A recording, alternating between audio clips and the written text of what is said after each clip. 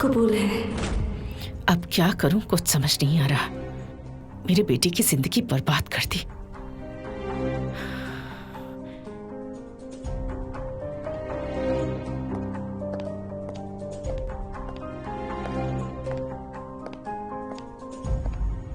Luggage तैयार नहीं किया जावेदा? अब तक नहीं किए।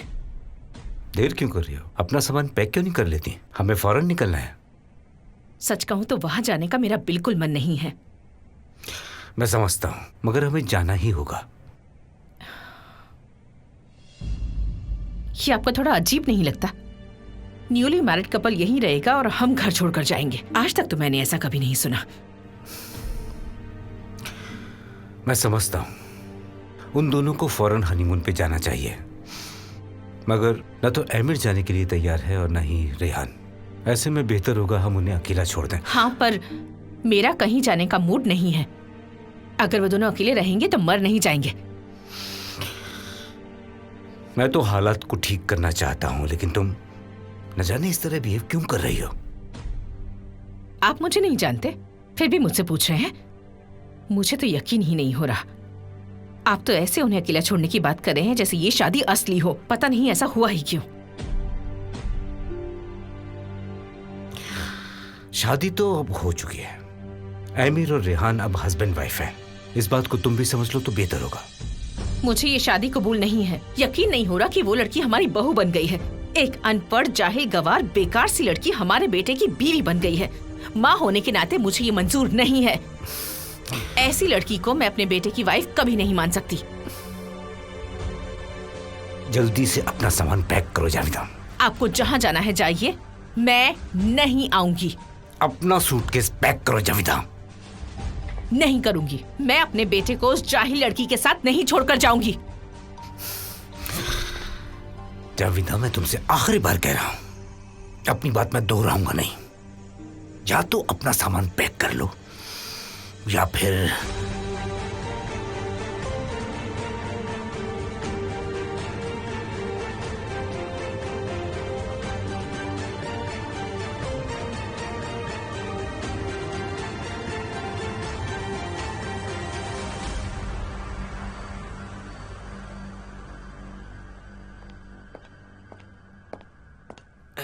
सर, आपका सामान गाड़ी में रख दिया है।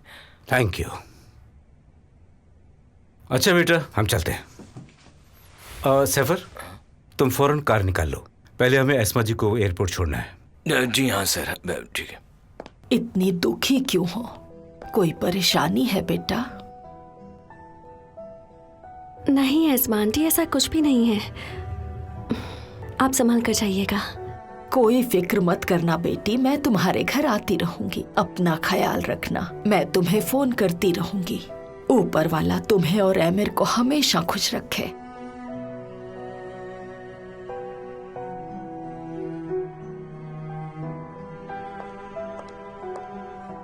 घर पहुंचकर मुझे फोन कीजिएगा, वरना मुझे फिक्र होती रहेगी। मैं फोन करूंगी। और याद से हसन अंकल से कहिएगा कि मैंने उन्हें याद किया है, ठीक है? जरूर कहूंगी बेटा।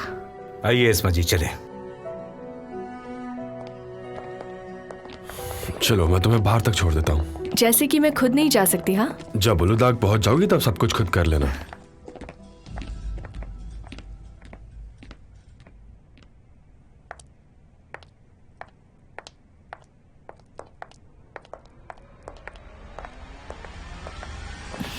ये मत समझना कि शादी हो गई तो मैं कुछ नहीं करूंगी। तुम जैसी गवार ना मेरे बेटे की बीवी बनने के लायक है और ना ही इस घर की बहू बनने के लायक। जब वापस आऊंगी तब तुम्हें नर्क देखना ही पड़ेगा, जैसे मैंने तुम्हें कहा था। तुम्हारा वो हाल करूंगी कि इस घर में तुम्हारा सांस लेना तक मुश्किल हो जाएगा। हटो।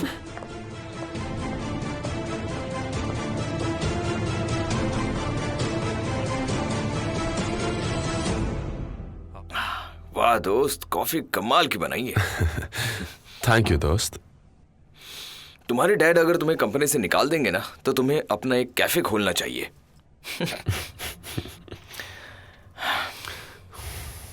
एक बात कहूं दोस्त, तुम्हें आज की रात मेरे साथ नहीं, किसी और के साथ होना चाहिए।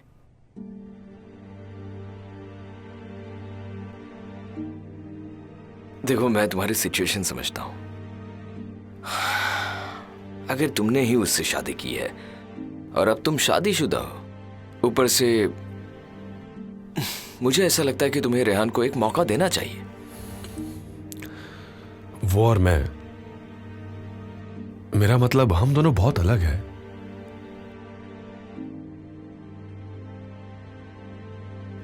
अच्छा मानो मैं उसे मौका दे भी दूं तो क्या सब बदल जाएगा? मतलब क्या वो अलग इंसान बन जाएगी? मुझे ऐसा नहीं लगता।